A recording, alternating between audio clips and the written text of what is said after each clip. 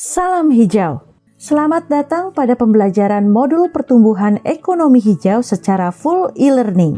Modul ini merupakan modul penunjang agenda aktualisasi kepemimpinan dalam pelatihan kepemimpinan nasional yang diselenggarakan oleh Lembaga Administrasi Negara.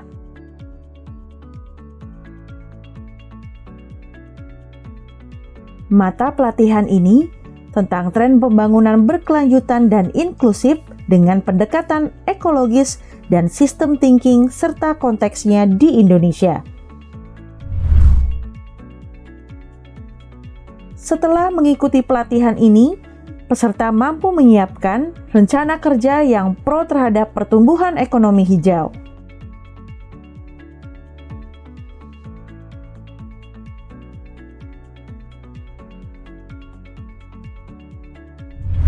Terdapat 3 materi pokok beserta submateri pokoknya masing-masing dalam mata pelatihan ini, yaitu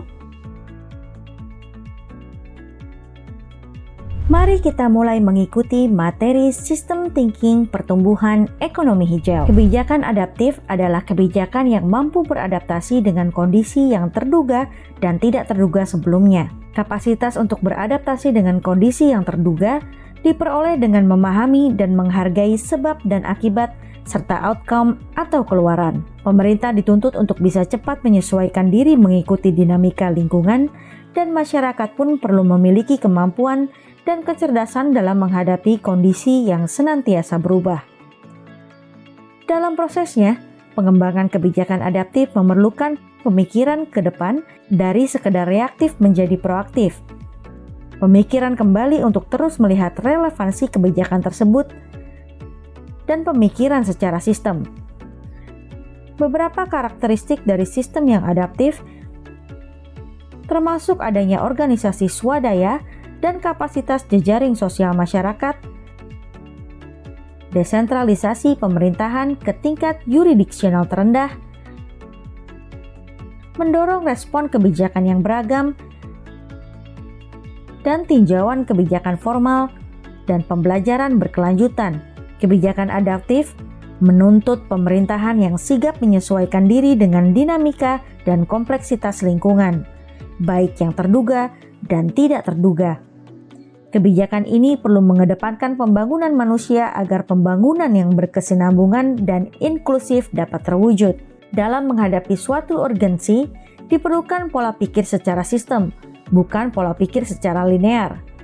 Setiap sistem terkoneksi satu sama lain, tidak ada sistem yang mengisolasi dan terisolasi dengan yang lain.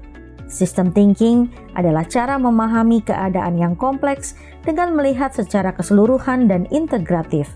Cara berpikir ini mencari akar-akar penyebab persoalan dengan lebih jauh dan dalam.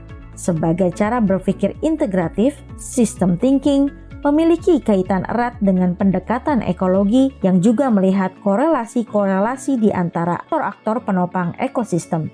Sistem thinking menjelajahi kompleksitas dan pertautan komponen-komponen dalam suatu sistem, sementara pendekatan ekologi menelusuri peran interaktif dan strategi yang dapat dimainkan oleh para aktor yang berada dalam komponen-komponen tersebut. Menurut Pardek, pendekatan ekologi adalah pendekatan dinamis menyeluruh yang menekankan hubungan antara aktor dan sistem sosial budaya yang menaunginya. Strategi ekologi dijalankan dengan berpegang pada prinsip, bagian-bagian dan keseluruhan yang memungkinkan setiap aktor memilih hubungan yang intersistemik dengan lingkungannya. Dalam hal ini, sistem thinking dengan pendekatan ekologis bukan hanya mengakui peran masing-masing aktor, tetapi juga mendudukkan mereka sebagaimana fungsinya. Pendekatan ekologi juga dipakai untuk melihat pertautan lingkungan fisik alami, sosial, dan ekonomi masing-masing dengan fungsi dan aktornya yang berperan secara integratif. Dalam keseluruhan pertautan lingkungan fisik alami, sosial, dan ekonomi, terbentuk pola-pola koordinasi fungsi dan pembentukan keseimbangan. Fungsi-fungsi berbeda yang dimainkan oleh penopang lingkungan fisik alami, sosial, dan ekonomi ditelaah sebagai suatu koordinasi dalam gerak keseimbangan. Di dalam pertautan ini menampilkan sifat saling menguatkan atau sinergi, saling meniadakan atau trade-off, dan independent atau delinking. Dalam perspektif serupa, pertumbuhan ekonomi hijau juga berada dalam pola ini. Pertumbuhan ekonomi yang menjaga keseimbangan komponen-komponen pendukungnya menjanjikan keberlanjutan. Sebaliknya, pertumbuhan yang didominasi hanya oleh satu komponen tidak akan menghasilkan keberlanjutan. Frasa hijau pada PEH adalah norma bagi keberlanjutan lingkungan fisik alami, ekonomi, dan sosial. Dimulai dari identifikasi para pemangku kepentingan dan menganalisis posisi, peran, dan pengaruhnya terhadap kebijakan pengelolaan hubungan dan keterlibatan para pemangku kepentingan perlu dilakukan untuk menetapkan dan mencapai tujuan bersama sebagai agenda milik bersama atau Common Interest and Common Agenda. Kebijakan yang dibentuk dan dijalankan tanpa mempertimbangkan dan mengikutsertakan sasaran atau penerima dampak kebijakan tersebut mempunyai masalah legitimasi secara sosial dan dapat menjadi bumerang bagi kebijakan dan pembuat kebijakan. Modul ini mengidentifikasi pemangku kepentingan dari dua sisi. Pertama, sisi pembuatan atau perumusan kebijakan atau sisi penawaran. Kedua, sisi sasaran ataupun dampak kebijakan atau sisi permintaan. Ini semua berjalan mengikuti siklus dasar fungsi manajemen, yakni perencanaan, perorganisasian, pengarahan, dan pengawasan. Variasi ataupun rincian fungsi dapat ditambahkan sejalan dengan kebutuhan. Dengan kata lain, manajemen pemangku kepentingan tidak dijalankan dalam satu putaran perencanaan ke perencanaan lain. Misalnya di titik capaian yang sama dari waktu ke waktu, tetapi di titik capaian baru seperti mengikuti arah kebijakan. Kesinambungan kehidupan di bumi diawali dengan pemahaman terhadap pertumbuhan ekonomi hijau pada diri manusia, pada diri Anda. Karena bumi itu hanyalah satu, dan tugas kita semua untuk menjaganya.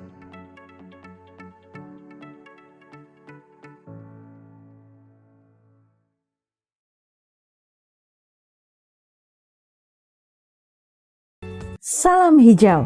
Selamat datang pada pembelajaran modul pertumbuhan ekonomi hijau secara full e-learning. Modul ini merupakan modul penunjang agenda aktualisasi kepemimpinan dalam pelatihan kepemimpinan nasional yang diselenggarakan oleh Lembaga Administrasi Negara.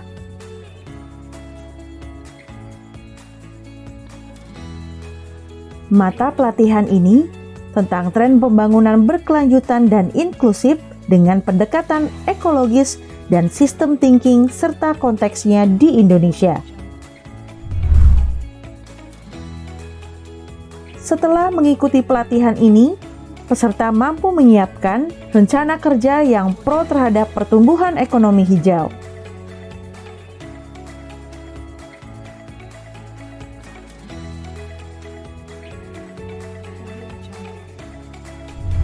Terdapat 3 materi pokok beserta submateri pokoknya masing-masing dalam mata pelatihan ini, yaitu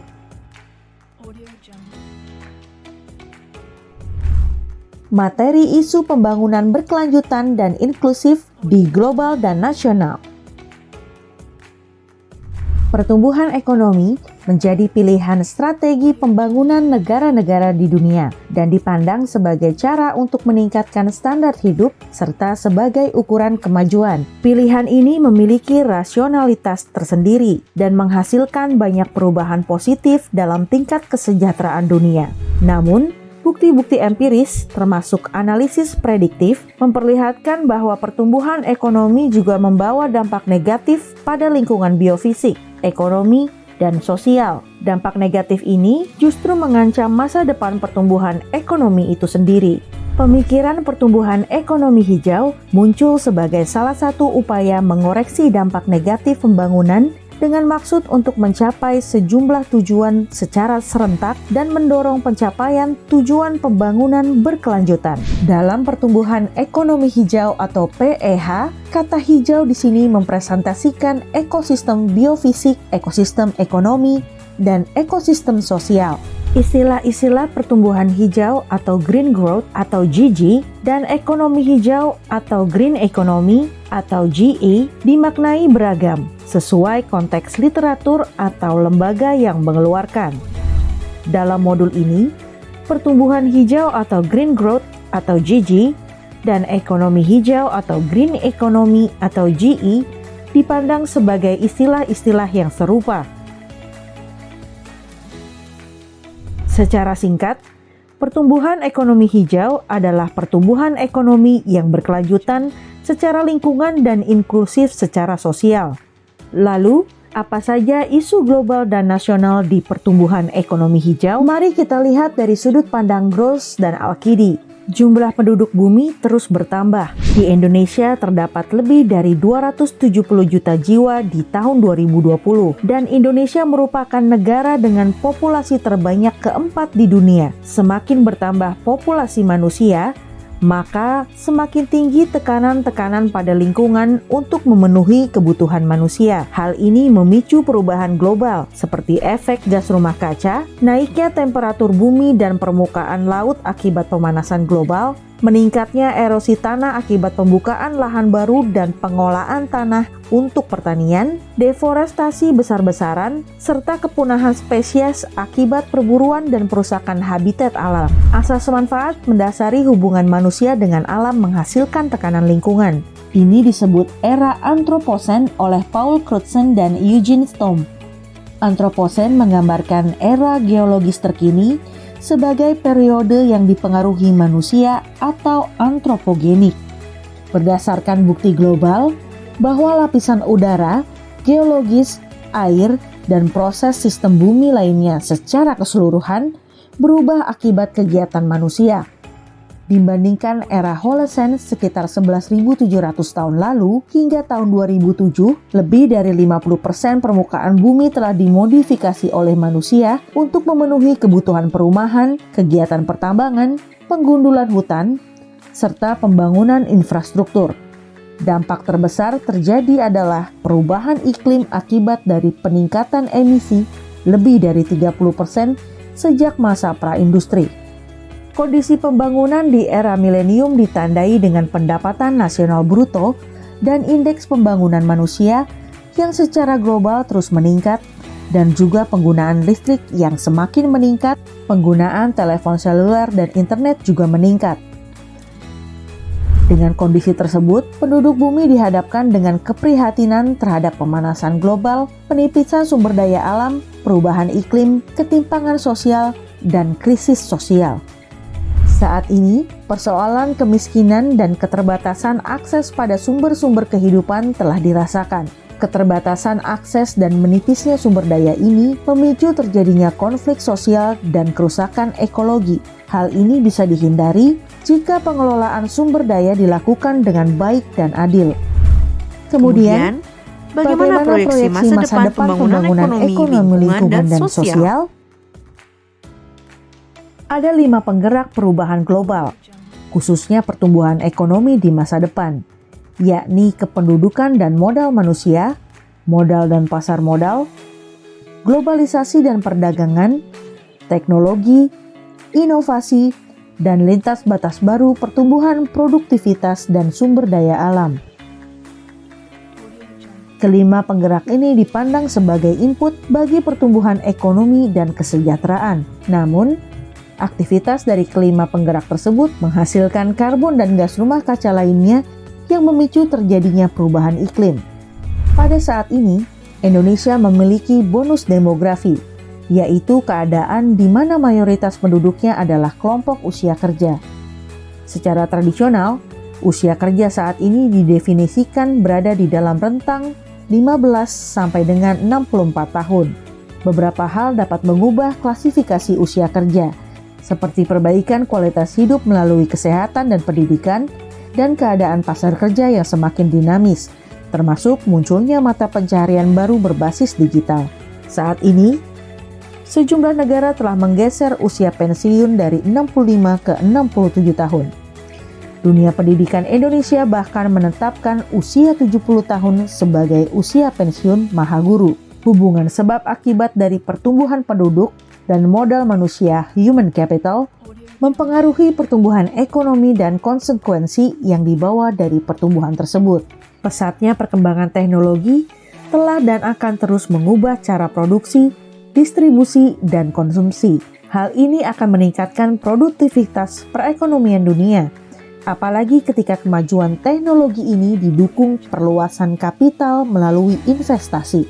Pasar uang bahkan industri sektor real secara keseluruhan akan semakin mengandalkan sistem teknologi dan rantai pasok yang semakin terkoneksi. Fintech akan menjadi standar industri yang lazim. Penggerak ekonomi global lainnya adalah perdagangan antar negara yang menguat seiring membaiknya infrastruktur dan konektivitas. Bersamaan dengan itu, hal-hal yang diperdagangkan semakin beragam untuk melayani pasar input atau pasar yang memperjualbelikan faktor produksi, dan pasar output atau pasar yang memperjualbelikan barang atau jasa hasil produksi. Dalam tren produksi dan perdagangan yang meningkat, kebutuhan energi dan bahan mentah dan atau sumber daya alam juga meningkat. Dalam hal ini, pendekatan ekonomi hijau akan mengedepankan penggunaan energi terbarukan dengan menciptakan kampanye dan regulasi mengenai keberlanjutan pembangunan maupun menciptakan sistem ekonomi dengan efisiensi energi yang lebih tinggi. Sementara itu, efisiensi pemanfaatan sumber daya juga dapat diperoleh melalui pendekatan yang lebih hijau seperti mengadopsi ekonomi sirkular. Hal ini juga ditunjang dengan pembentukan perilaku konsumsi dan produksi yang juga hijau.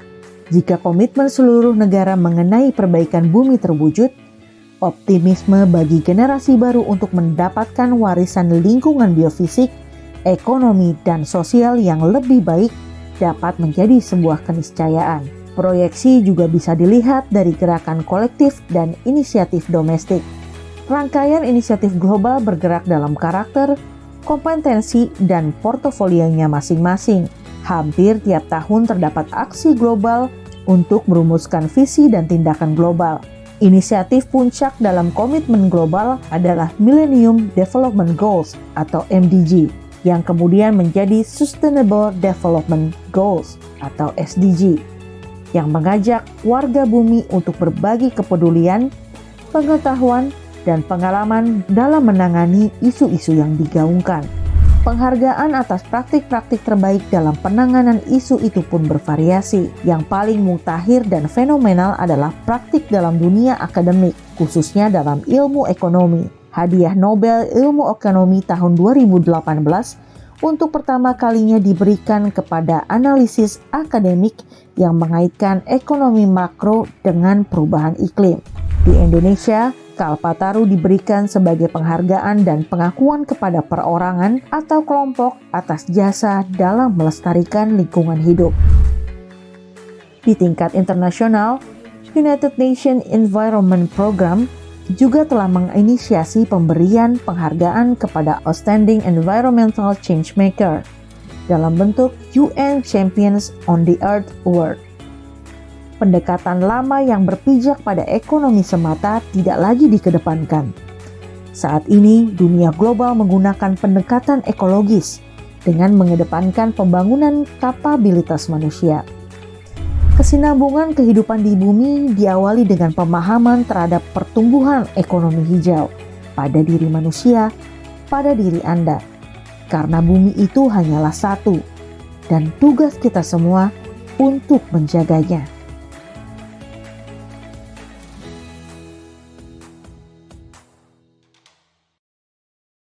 Salam hijau. Selamat datang pada pembelajaran modul pertumbuhan ekonomi hijau secara full e-learning. Modul ini merupakan modul penunjang agenda aktualisasi kepemimpinan dalam pelatihan kepemimpinan nasional yang diselenggarakan oleh Lembaga Administrasi Negara.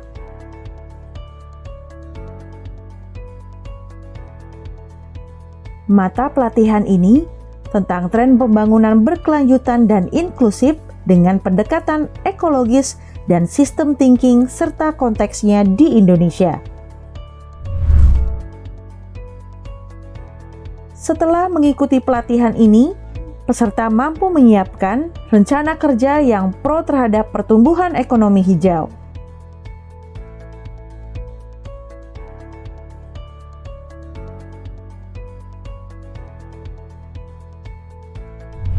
Terdapat 3 materi pokok beserta submateri pokoknya masing-masing dalam mata pelatihan ini, yaitu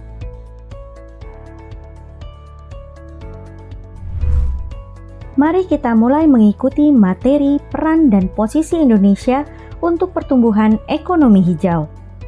Komitmen internasional dalam upaya penanganan lingkungan dan krisis iklim merupakan salah satu upaya kebersamaan serta wujud kesadaran kolektif akan perlunya kerjasama negara-negara untuk menyelamatkan lingkungan hidup dan menjaga kondisi bumi agar dapat layak huni.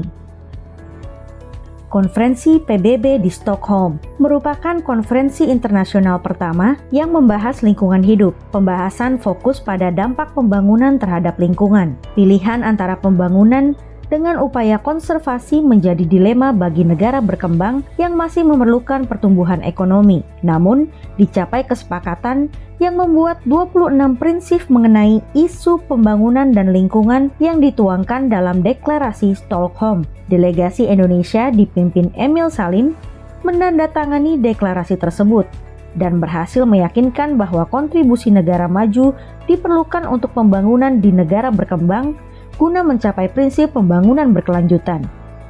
Deklarasi Stockholm merupakan tonggak sejarah ditetapkannya pembangunan berkelanjutan. 20 tahun setelah Deklarasi Stockholm, 103 negara sepakat menyelenggarakan KTT Bumi di Rio de Janeiro, Brazil pada Juni 1992. KTT Bumi menyepakati 3 hal utama. 2 di antaranya bersifat mengikat, yaitu Konvensi Keanekaragaman Hayati serta Konvensi Perubahan Iklim yang menjadi cikal bakal Protokol Kyoto serta Kesepakatan Paris dalam mengurangi emisi gas rumah kaca. Satu kesepakatan yang bersifat tidak mengikat adalah pembangunan berkelanjutan yang dituangkan dalam bentuk Agenda 21, Deklarasi Rio, dan prinsip-prinsip kehutanan. Kesepakatan Paris yang dihasilkan di COP21 tahun 2015 berisi komitmen para negara untuk menekankan kenaikan emisi rumah kaca global di bawah 2 derajat Celcius. Hal tersebut menjadi keberhasilan terbesar dalam tonggak sejarah negosiasi di isu perubahan iklim. Sedangkan Deklarasi Rio berhasil menetapkan tujuan pembangunan milenium pada tahun 2000 yang berevolusi menjadi tujuan pembangunan berkelanjutan atau TPB atau SDG pada tahun 2015 yang saat ini menjadi acuan di seluruh dunia. TPB membuat 17 tujuan pembangunan berkelanjutan yang diacu oleh para negara untuk implementasi pembangunan berkelanjutan dan memiliki beragam indikator sebagai ukuran keberhasilannya.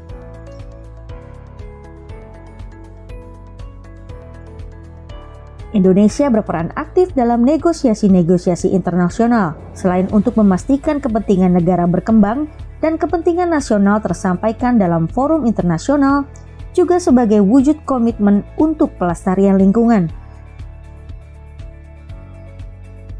Komitmen Indonesia dalam mewujudkan TPB dilakukan melalui penerbitan Peraturan Presiden Nomor 59 Tahun 2017 tentang pelaksanaan pencapaian tujuan pembangunan berkelanjutan serta penetapan berbagai indikator TPB dalam Rencana Pembangunan Nasional dan Daerah.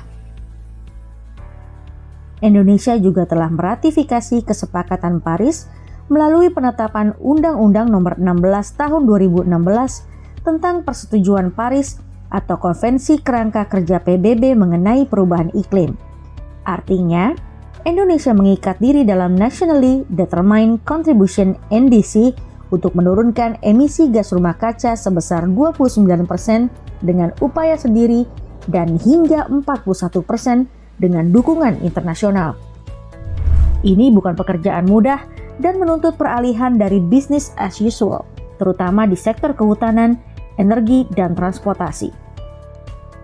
Artinya pembangunan di sektor tersebut harus mempertimbangkan target penurunan emisi gas rumah kaca yang telah disepakati. Terkait dengan hal tersebut, pemerintah Indonesia menunjukkan komitmen serius dalam menghadapi perubahan iklim dengan menghadiri Conference of the Party ke-26 atau COP26 United Nations Framework Convention of Climate Change atau UNFCCC pada 31 Oktober hingga 12 November 2021 di Glasgow, Skotlandia. Ini merupakan pertemuan penting terkait upaya global memitigasi dan menanggulangi dampak perubahan iklim yang menghasilkan Fakta Glasgow yang menggarisbawahi pengurangan penggunaan batu bara secara bertahap. Beberapa kebijakan signifikan untuk mengurangi emisi dari sektor kehutanan adalah kebijakan moratorium penebangan hutan primer dan pelarangan konversi hutan yang tersisa. Hal ini didukung oleh berbagai program restorasi fungsi-fungsi ekosistem dan pengelolaan hutan berkelanjutan, termasuk perhutanan sosial melalui partisipasi aktif dari masyarakat dan sektor swasta. Di sektor energi dan transportasi, pemerintah Indonesia sudah mencanangkan transformasi menuju energi baru dan terbarukan melalui Peraturan Pemerintah Nomor 79 Tahun 2014 tentang Kebijakan Energi Nasional. Peraturan tersebut menetapkan pengurangan minyak bumi dan batu bara sebagai sumber energi dan peningkatan produksi dan pemanfaatan energi baru dan terbarukan. Dorongan untuk mengarahkan ke ekonomi hijau terus dihembuskan pemerintah. Antara lain, Presiden Republik Indonesia menyebutkan adanya 3 strategi besar ekonomi dan bisnis negara yang diantaranya adalah ekonomi hijau. Selain itu, pemerintah juga melakukan beragam kebijakan di sektor pengelolaan limbah dan sektor pertanian untuk mengurangi emisi gas rumah kaca. Pada tingkat daerah, beberapa inisiatif kepemimpinan untuk menjadikan provinsinya sebagai provinsi hijau semakin populer. Perlombaan menjadi yang terbaik ini sangat positif bagi Indonesia. Namun demikian, berbagai penelitian menunjukkan bahwa diperlukan komitmen politik yang kuat dalam merumuskan kebijakan dan peraturan untuk mendukung perencanaan dan penganggaran hijau. Hal yang tak kalah penting adalah adanya kesadaran dan pemahaman kolektif untuk mendorong kerjasama multi pihak dan menetapkan instrumen insentif dan disinsentif bagi pelestarian lingkungan.